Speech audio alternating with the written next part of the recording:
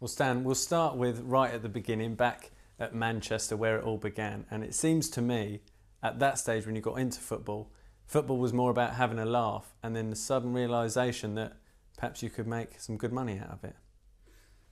Well, the reason I joined Manchester City, I was only playing with a non-league team on a Sunday morning. And my father sort of put me into it.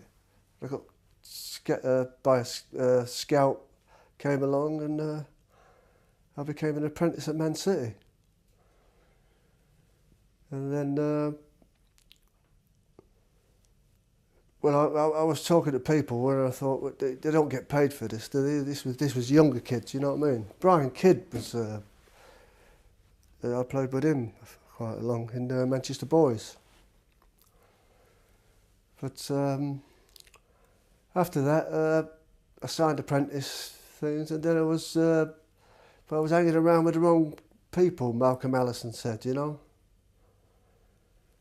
But I was getting more money off them than I was getting from playing football. Was Malcolm Allison right? You were hanging around with the wrong people? Yeah, after all these years, yeah, probably right, yeah. Well, they're all in prison now, or they're dead, so I suppose he's vindicated. And then obviously the realisation that you could make money from it. Yeah, but because I was hanging around with the wrong people, first of all I was shipped home to Bury, and then I didn't get on with the manager there. I was only there 3 weeks. And then when I came back, I got sacked by Malcolm Allison. So I was out of football for nearly 2 years, till I went to Crewe. A friend of mine who worked on the Manchester Evening News said, well, you could have a trial at Crewe. And I went along with it, and within 3 days they gave me a contract. What did you do during the 2 years you were out of football? Well, I was with the mob, wasn't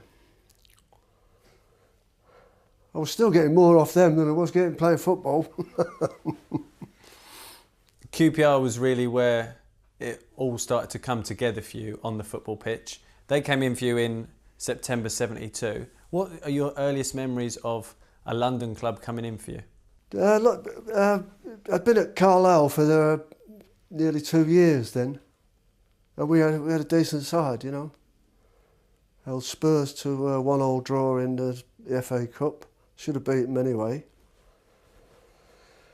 And then it just came out of the blue. I was quite happy in Carlisle then. When I first went there, I don't know whether you've seen Butch Cassidy and the Sundance Kid when they go to Bolivia. I was like that. What's going on here?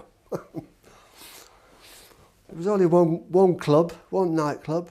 It's all changed now. I've been up to Carlisle since. But I sorted myself out there, because my manager at Crewe said, if you put your head together, go to Carlisle, which is a long way away, you know. He said, you'll play for England, and he was exactly right. Did you believe he was right at the time? Yeah, well, yeah, I did, yeah. Well, there was nothing to do, so I had to get my head down, didn't I?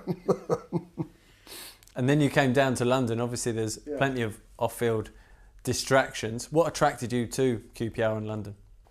Well, it was the players, really, like Terry Venables, and, you know, one regret I've got in my life is that I would have wanted to play longer with Terry Venables, but he was finishing when I joined, you know. So, and that was the end of that. But, you know, it could have been any London club. I just wanted to go to London, because I knew I could make it there. Not being arrogant, but, well, some people would say I'm arrogant, but there you go. And Busby, a long one forward. Venables beautifully on now for Bowles. Oh, a tremendous goal! A fantastic goal by Queen's Park Rangers. The whole length of the field that had the hallmark of teamwork about it from deep in their own half until Bowles finally got hold of it and hammered it left-footed past Billy Irwin. What a tremendous goal to put Queen Park Rangers 3-0 ahead.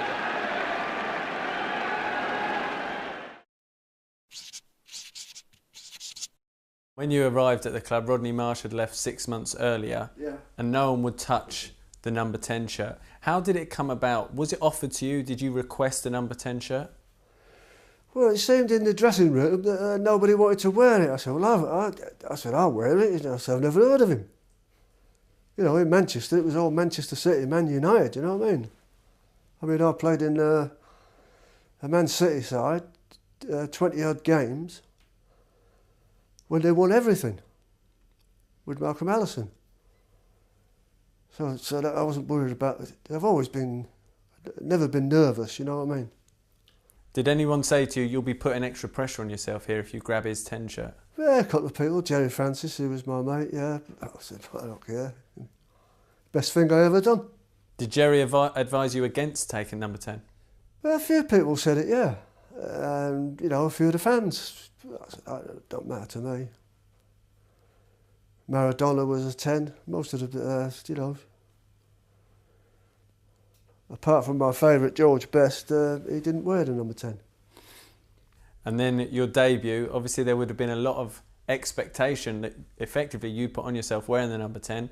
Yeah. QPR beat Nottingham Forest 3-0. Yeah, I scored one goal. I scored a goal, yeah. So I got off on the right track.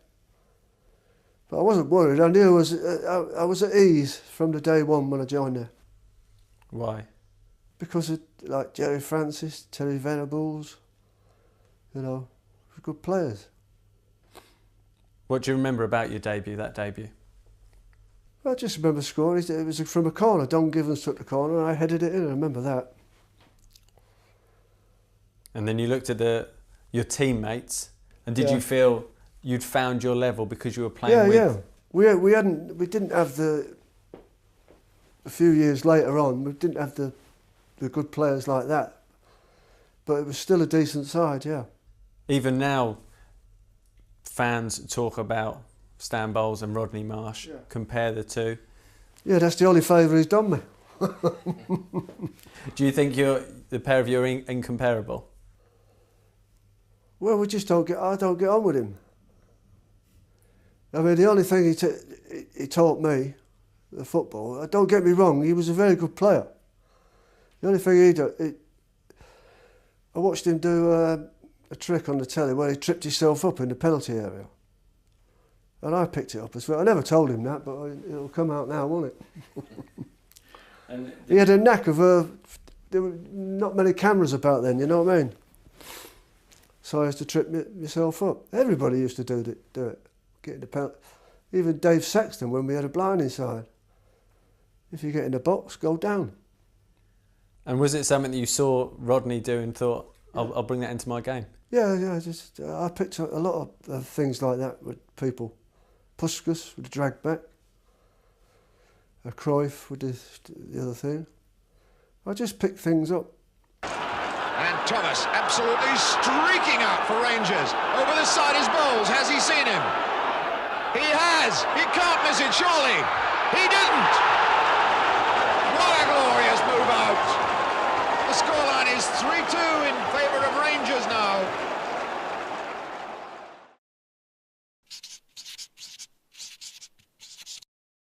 Bowles against Rimmer, and a chance for Rangers to go 2-1 into the lead, and he's done it. A well-taken penalty by Stan Bowles with a lot of coolness and a lot of pressure on him. Finding the roof of the net beyond the reach of Rimmer. 2-1 to Rangers. Well, Stan, you were a very successful penalty taker. What was your technique with penalties? Well, the only technique I had was I'd always put it in the left-hand side, normally. Because goalkeepers would normally say in their head, well, he's got to put it the other way. I got away with that for quite a long time. And you went that side famously against Alex Stepney at Manchester United. It was your first league miss from 12 yards. What do you remember about that? Well, I remember stumbling really badly, and it sort of trickled into him, really. But he took a, you know, he was taking the mickey out of me when I run up. I nearly had a row with him, yeah. Because afterwards on the big match, it actually showed they dissected it quite yeah, well. he was trying to mug me off, sort of thing, yeah, but I gave him a volley anyway. It's just one of them things, I just clipped my foot and that was it, you know. What did he say to you as you were getting ready to take it? Well, lots of swear words, but I gave him a lot back. Things he's never heard. So you won that little battle of I verbals. did, yeah, yeah. And you won the game, so the penalty Yeah. miss doesn't really Well, matter, he thought does it? he'd made the save of all time. Get real. Well, you know, I'd made up my mind where to put it straight away, and fortunately for Alec, you know, he went the right way. Do you think he moved? Well, I've got to say he moved, haven't I? What about it, Alec? Had you made up your mind to go that way before? Yes, I did, yeah. I'd like to know what Stan was saying to me before he took the kick. That was the main thing. What were you saying to him before you took the kick? Well, Alec had been playing so well, I said, you'll probably go and save this one as well, and he did. I don't believe that. It was a little fruitier than that, was it? I think it was, yeah. But it was a good... Right, let's sort out a couple of those points. One, did Stan and Alec have words before the kick was taken? And indeed, did Alex Stepney move before the kick was taken? You'll notice now how Stan Bowles moves in from the left of the picture there. That's where he's having a word with Alex Stepney. I think Alex probably giving him something back as well. But the other interesting thing that I want you to watch out for now is the Manchester United number 9, Stuart Pearson there. Obviously, Alex Stepney decided to go to the right, and I think Stuart Pearson in a moment, there he is, reminding him of that's what he's got to do. And away comes Stan Bowles now to kick this ball. Unhappily, the ball is shielded by Lou Macari there. But I think you'll agree that Alex Stepney does move there quite clearly before the kick was taken. But he got away with it. He made his save. He made a brave second save there as well as Stan Bowles came in. And Stan Bowles, therefore, missed his first ever penalty in the Football League, although he's missed one in the Cup. Were there any particular players that really stand out now, looking back, that you had real exchanges with? Mainly that Newcastle, Malcolm MacDonald. I just didn't get on with him at all. He was arrogant. And well,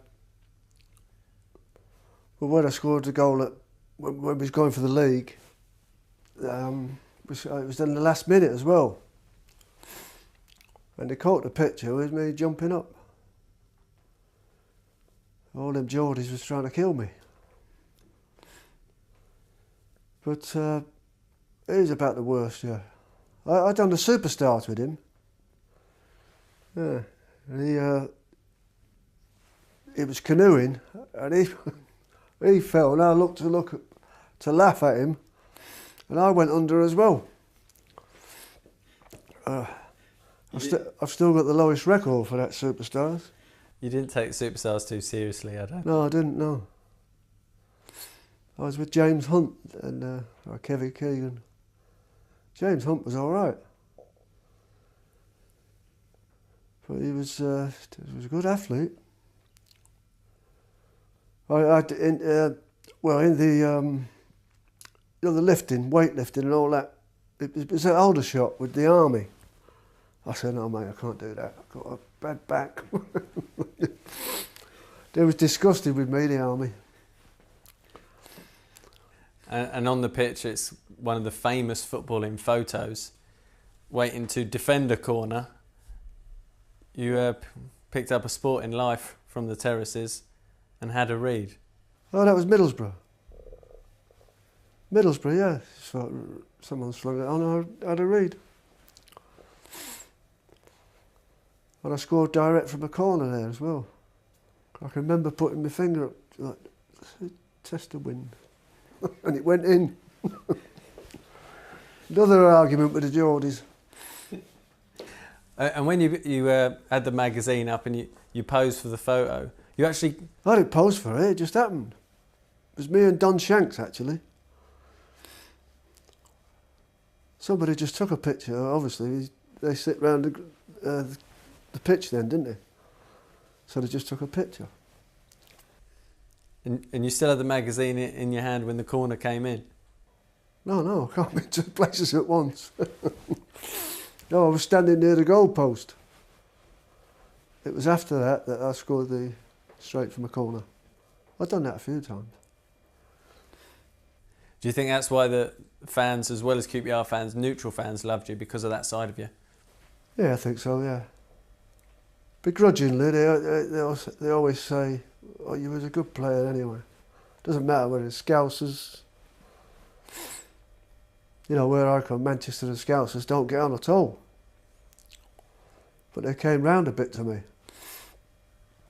Were there many players better than you at that time? No, I don't think so. There was a period there, I felt invincible.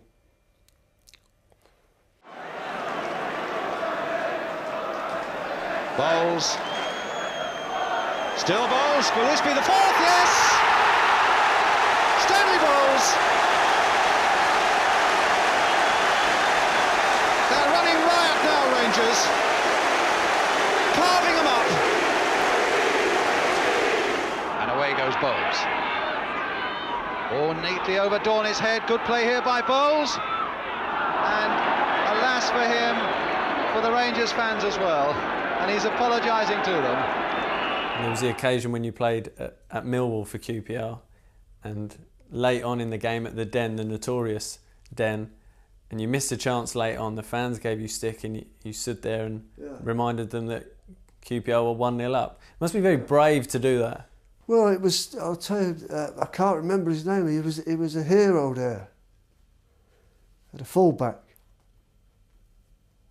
And I was going past him all the time, taking the and he was the hero of the whole of Millwall. That's why they was having to go at me. They got all sorts of threats. Can't remember his name now. Harry someone. Harry Cripps. That's him. And were you giving it to him in his ear? Yeah, but I was also like making him look like a mug, you know what I mean? I didn't even know who he was. Harry Cripps is just one of a long line of hard men from the 70s who seem to pinpoint you for particular attention. Yeah, yeah. How did you handle that? Well, I was too quick for him. I mean, I wasn't. I was quick over about 5-10 yards, and I'd be gone. But by the time he catches up, the ball would have gone as well. Did you try and get in their head? Well, sometimes you have to. They try and do it to you, you know what I mean? Carry on. Alan Ball famously had a battle with you, and then you were on the big match after that. And Armstrong playing it straight to Clement there. Gibbons. Now Ball. And Ball and Bowles getting into each other again. And the referee going to have a word with the pair of them. And I think the referee's exactly right. They're taunting each other, and the referee absolutely right to say, I want no more of this. And it's going to be a drop ball. There's a particular incident in the game where you thought at the time that he had deliberately gone to do you. What do you remember about that? He did, yeah. Well, he was like a little Jack Russell, you know what I mean? It's always snapping at your leg and all that.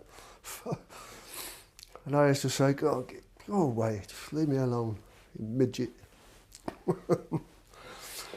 And you went on the big match programme the following day alongside Alan Ball. Do you remember that? Yeah. Well, it was just said he has to do what he has to do. He was one of them, wasn't he? He was a World Cup winner. Were you aware at the time when you went along to the studio to go on the big match that Alan Ball was going to be on the show? Can you remember? No, I don't think it was. I don't think I did, no. It doesn't bother me anyway. Bring him on, don't matter. Because looking at the footage, when you were sat alongside Alan Ball, it looked fairly evident that there was still a bit of animosity between the pair of you. Yeah, because, you know, God rest his soul now, but he was a bit aggravating, typical, exactly like a Jack Russell. Just keep running around. Petty things, you know what I mean? If you're going to kick me, kick me. I think the first thing we must do, gentlemen, is to clear up an incident that all the fans have seen already, and the papers picked up again this morning, pictorially. This one here, right early in the game. Alan, what was all this about now? Eddie Kelly injured there, but here's the incident we're talking about. There. He's got the Alan? he's got the wand out again, the left foot. I went to pick him up there and he was obviously upset with me for tackling him like that. Why was that, Stan? Well, it was early in the game and I've got a bad left ankle and Alan caught me right at the bottom of my left ankle and I was a bit annoyed at the time, you know. Is there any sort of lasting animosity between you? I mean, you seem fairly relaxed and friendly in the studio today, but I mean, is this something that's been going on? None whatsoever. He's a good player. You've got to... There's ways and means of getting at players, you know. You've got to try and upset them a little bit, you know, and you've got to try to do things to them to... People do it to me. It's all part of the game, you know, and you've got to give them a whack now and again. And is that what you were doing yesterday? You were trying to unsettle? Well, talk to people, yeah, you do things like, they call it professionalism, whatever. Things go on the pitch that people don't know about, and you set your stall out to sort of upset people. People upset me, and you sort of talk to them and get onto them and try to put them off the game, you know. Did it upset you yesterday? Well, it did really, because Frank McClintock did say after the game, actually, he said, you know, Alan didn't mean, you know, what he was saying to you. He said he was just trying to get you at it. Because I class myself as a good friend of Alan's. We go out and have a drink together. And I must admit, I was a little bit upset. I thought he meant it at the time. Didn't stop him turning it on, man, did it? What did Gordon Hill, the referee, say about it all? I mean, he was having a really sharp word with the pair of you, wasn't he? He just said a million things and nothing really about what was going on, what it was about. He was great. I think he's a good referee, and he was sort of saying it's a nice day, it's terrific, and this and that, and get on with your game, the pair of you, you know. Lovely. I think he wanted to calm everything down, and he did the right thing at the right time. One of the newspapers today, I think it's the Sunday Mirror, said Stan the Magic Man, and a lot of your play in the second half particularly was magical. Was that as good as you've played all season? Yes, that's the best I've played this season. I've not been playing too well. I played quite well in midweek in the 4-0 defeat by Newcastle, but that's my best game by far. Is that you're getting on top of the problems you've had, or what? Yeah, for the first time in my life, probably the end of last year and the beginning of this year, I was letting outside problems affect my game probably, but now I'm getting rid of those problems and just getting down to playing football. You see, I'm sure the Rangers fans there yesterday and neutrals everywhere were really delighted with the way you played. I know Les Cocker, Don Revie's right-hand man, was there as well. And yet they are mystified as to how it is that you have these little things in your career where, you know, you don't turn up or you miss training or whatever. Can you explain that? No, I can't really. At the time, I think whatever I do is right and I just do it. And yet it upsets people who want to support you. They want to say Stan Bowles is great and he's good for England, and yet they're worried about, you know, your behaviour in these sort of matters.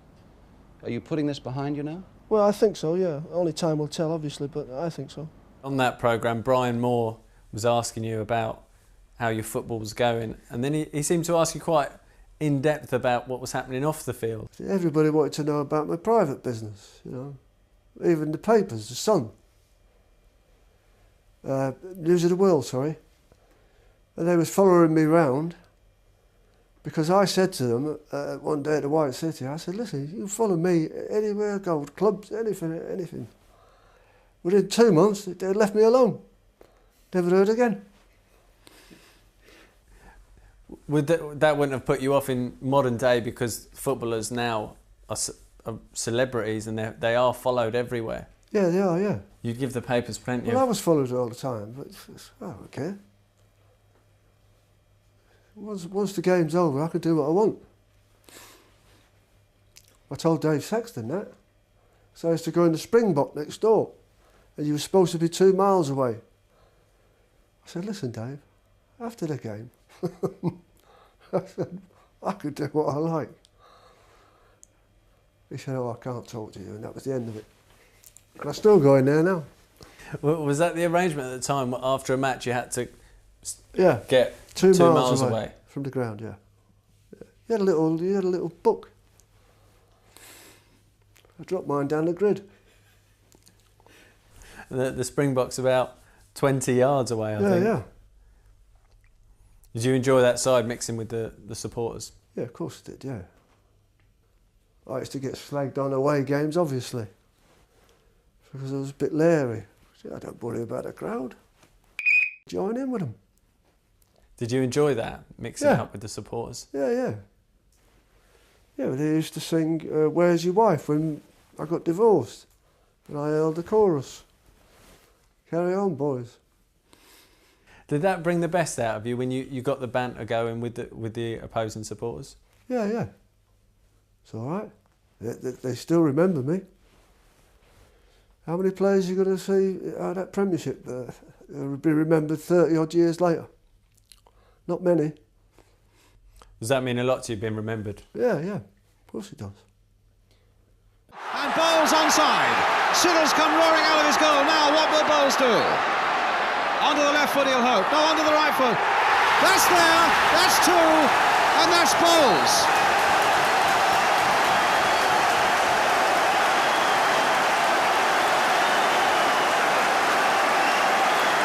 That's got every man off his seat as the ball flashed from one end to the other when Sunderland lost possession. When Sunderland lost possession, it found its way to Thomas. He played it sensibly the first time. Bowles was on it like a flash, turned them one way, turned them the other, and found the shot that made it 2-0. Stan, footballers today, they turn up an hour and a half before kick-off. That wasn't your pre-match routine, was it? No, my routine was to arrive at the ground about 1 o'clock, just show my face, and then I'd be in the betting shop till about 2:45. You won't get away with it nowadays, but that's what I used to do. We're stood here at the loft end. The betting shop is about 100 yards in that direction. No, was it a case of sneaking out? It's 35 yards. You know how many steps? Yeah. Was it a case of sneaking out? No, not really. I was already out then. Once I've showed my face, 1 o'clock, then I would disappear. And Don Shanks used to say, oh, he's here somewhere. He must have popped out with some tickets or something like that. Yeah, right. So you'd have some teammates covering for you when they went looking for you? Yeah. So, just him, Don Shanks. So your teammates would be out on the pitch doing their warm-up and you'd be round the corner? Yeah.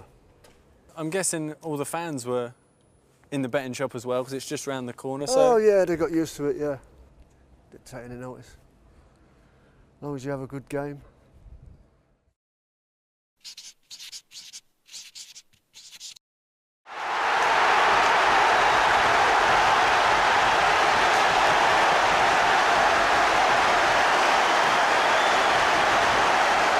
A brilliant attacking game in the second half by Queen's Park Rangers. But what is more important for them, 2 really precious points as they strive once again for that Football League Championship. The season gets closer and Rangers stay at the top. That season where QPR so nearly did it and won the first division, First Division, was that your favourite season at QPR? Yeah, probably, but then you've got to remember, we went into Europe and played very well after that. Where David Webb and Frank McClintock was getting on a bit, you know what I mean? It was fantastic. But yeah, it was a bit of a downer when we lost the league. We was definitely the best side in the league. Everybody said we was the most entertaining side. There was no doubt about that. When we played night games, there'd be 25 managers up there just to watch us. When it came down to the end of that season, 75-6 season, and Liverpool played a week later that final game, which is crazy. Yeah, because it was in Europe or something, yeah, but we couldn't do nothing about that. I watched that at the BBC with Jerry Francis. I left when it was 1-1. And it was only, I'll tell you, it was 12 minutes. They was losing 1-0. 12 minutes to go. It was 12 minutes short. And turning now to Europe, you scored 11 goals you personally scored 11 goals in getting to the quarter-finals. Yeah, I did. I beat Jimmy Greaves and was joint with Dennis Law.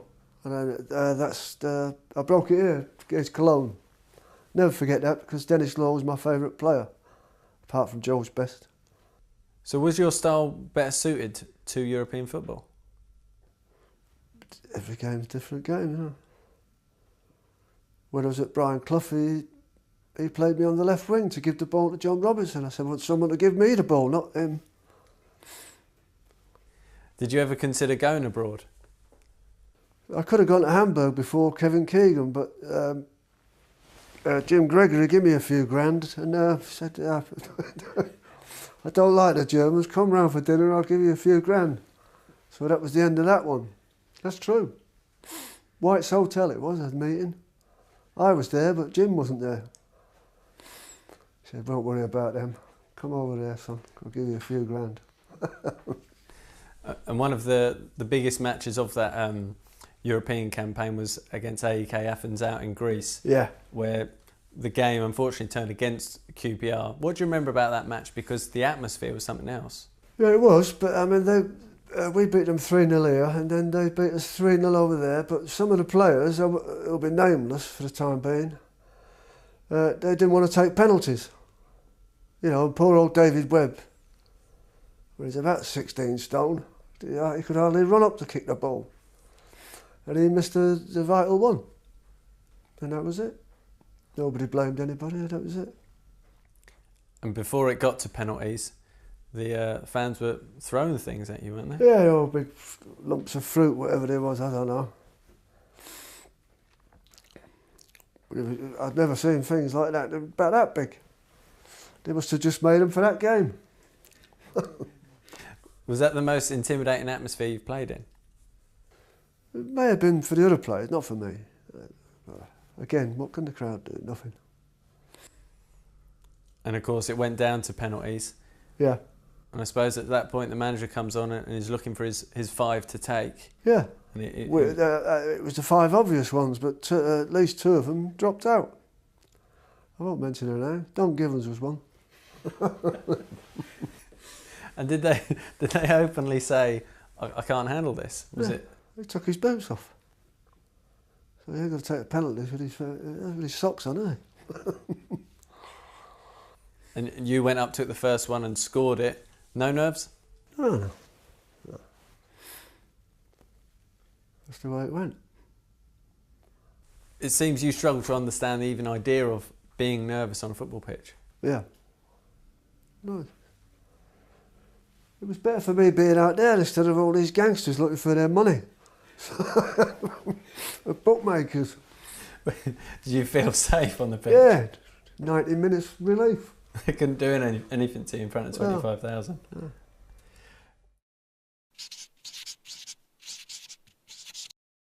Well, Stan, you only made 5 appearances for England, which is probably one of the great footballing tragedies.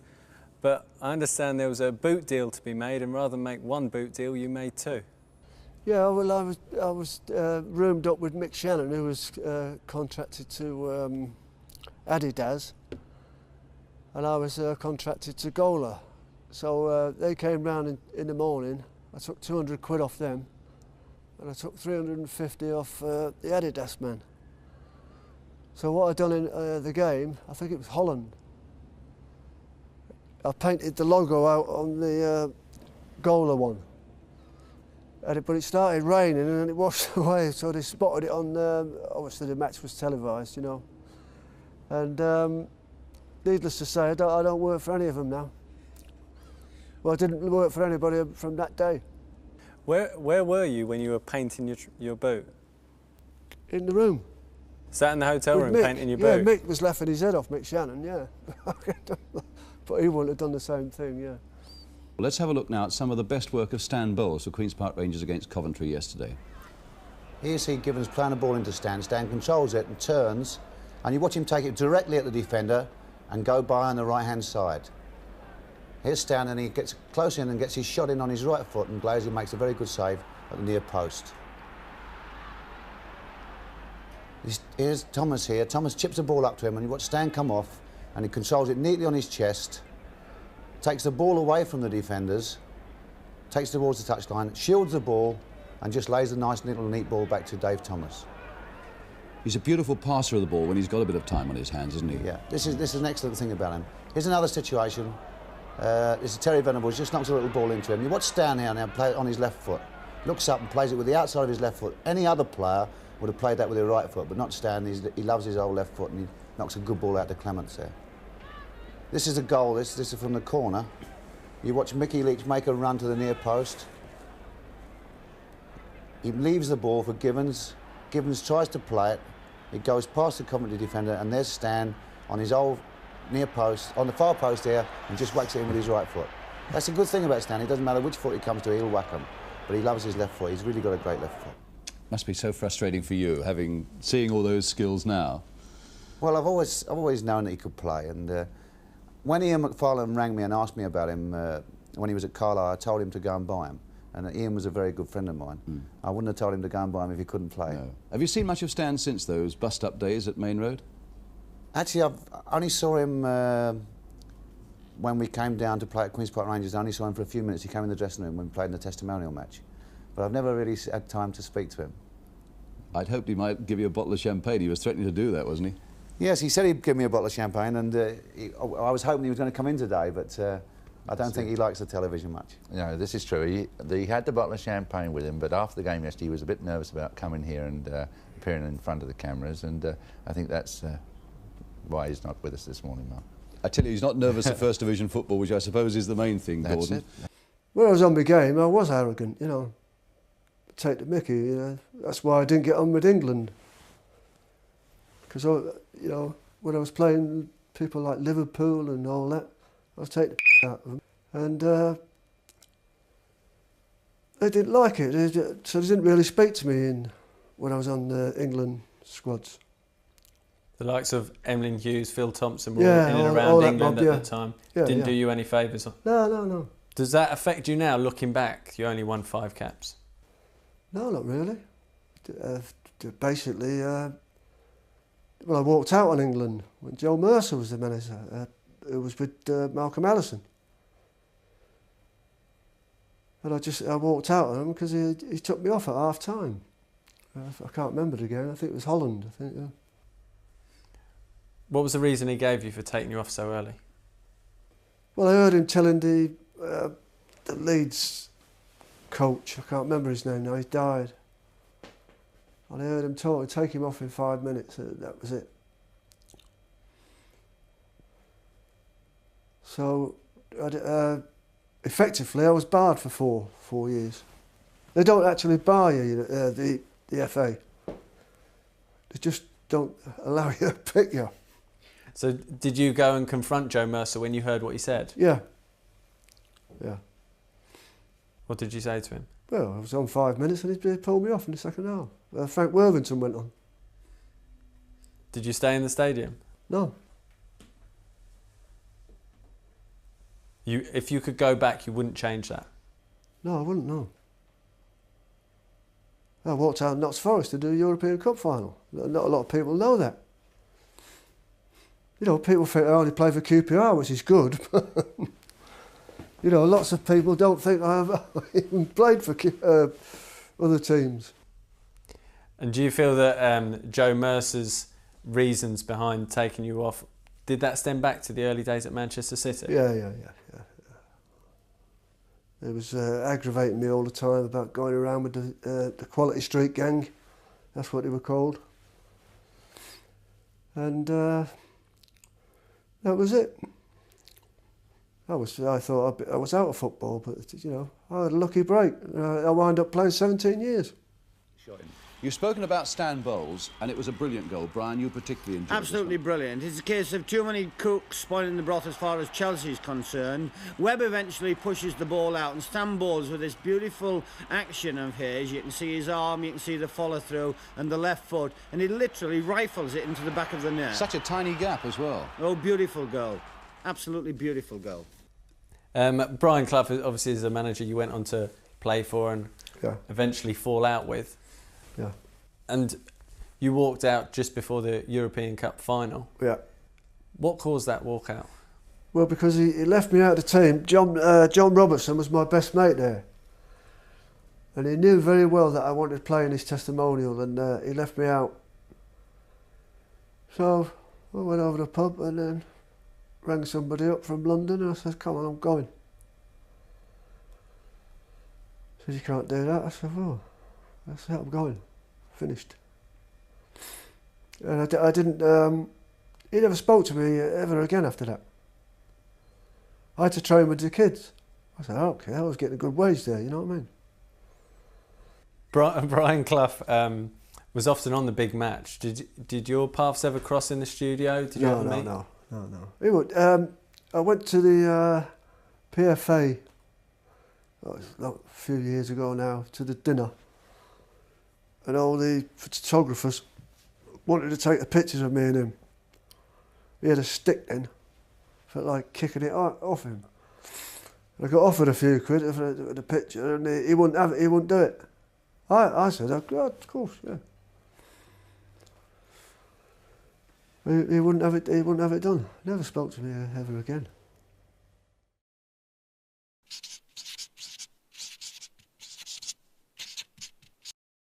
Stan Bowles, interesting character, and a man that was apparently unmanageable at Main Road when you were at Manchester City, Malcolm. Well, I think that he was in a bad environment in Manchester. He was always tremendous potential player, and you know, he was probably the best youth player we had at Manchester. Was he a wild lad there? Well, I think that Manchester was a town whereby he got mixed up with a few people that weren't good for him, and he didn't really work at his training. And I used to get terribly annoyed because I knew he had tremendous ability, and I hated to see him waste it. So you're not surprised to see how well he's playing now? No, I always knew he was a good player. I mean, in his first game, I think he came on as a substitute. He scored 2 goals in 45 minutes in the First Division. Mm. Is he in any way unmanageable now, Gordon? Not at all, not at all. I think that, as Malcolm said, that he was in the wrong environment in Manchester. And I think only Tag, the manager crew, one of the clubs that he moved on to, had a great influence upon him. I think he made him realise that he had to improve his ways. He's always had the ability, as Malcolm said.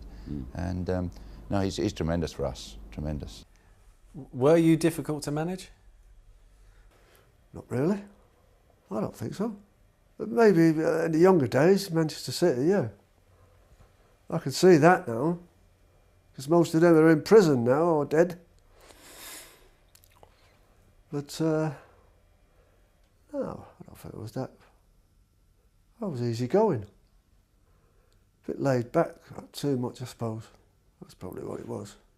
You worked under 6 managers at QPR, Gordon Jago, Dave Sexton, Frank Sibley, Alex Stock, Steve Burtonshaw and Tommy Docherty. Yeah. Who got the best out of you? Probably Dave in the end. Dave Sexton. Tommy Docherty never taught me anything. I mean, I didn't get along with Dave Sexton's training when he first came.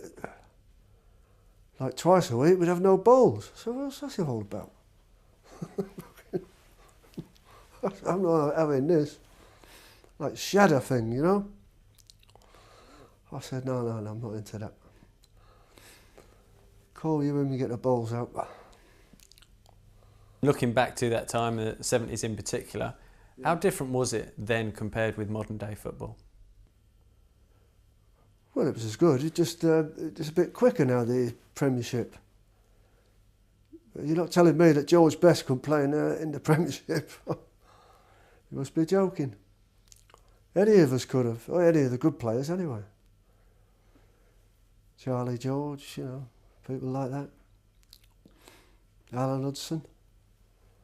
There's some fantastic players there. Everybody had good players in their sides. And you look at the state of the pitches and what you played compared with today. Do you think today would almost be better suited to Stan Bowles? Well, of course it would, yeah. All you'd have to be is a bit fitter, that's all. I mean, there's some Premiership players now, playing now, wouldn't have got in our reserve side. And they get about 30 grand a week. Do you have regrets about that, that you played obviously in a day where the money wasn't as substantial as it is today? No, not really. It didn't bother me. You can't do nothing about your age, can you? When it's over, it's over. You know, poor old Dave Clement, he couldn't handle it, you know, when he committed suicide. Some people have said it was because he was my roommate. What was he like to room with? Well, it was very strange when we went to Italy in the World Cup qualifier. And I heard this noise in the morning, about 6:30 in the morning. He was doing press-ups. The game was about 8 hours away. What's going on here? It was a bit like that, you know what I mean? And when you see the crowd, I mean, it was full up 3 hours before the game. I said, don't worry about the crowd, they can't do nothing. That's why I've never been nervous about anything like that. And the team that the players you played alongside at QPR were some fantastic players. Yeah. Which ones stand out for you as being the great players? Terry Venables was fantastic, but as I said to you, he was getting on a bit, sort of thing. He went. Jerry Francis, it was the best thing for me. I mean, I'd only been at QPR in 2 days, and I thought, he'll do for me. 1-2s and all that was brilliant. Dave Thomas. Oh, we had David Webb, Frank McClintock. They was all getting on, you know what I mean? I was a young man then, but it was fantastic. Dave Clement. Even Ian Gillard, he was a big lad. Tony Curry, I would love to have played him a lot longer, but I didn't last long, you know what I mean? He was a fantastic player. And just finally, looking back over your time at QPR, if you could go back now to a young Stan Bowles who turned up at Loftus Road, what advice would you give him? What would I give? What advice would you give to yourself now if you could go back and advise yourself now with wisdom on your side? Nothing really. I've done everything. Entertained the crowd, and the best thing of all time, for 7 years, I laughed every day. I don't laugh as much now, you know. I wasn't worried about retiring because I could always, you know, put my hand to another mob that I get with. And that was it. I had a fantastic time, especially at QPR, but that goes without saying.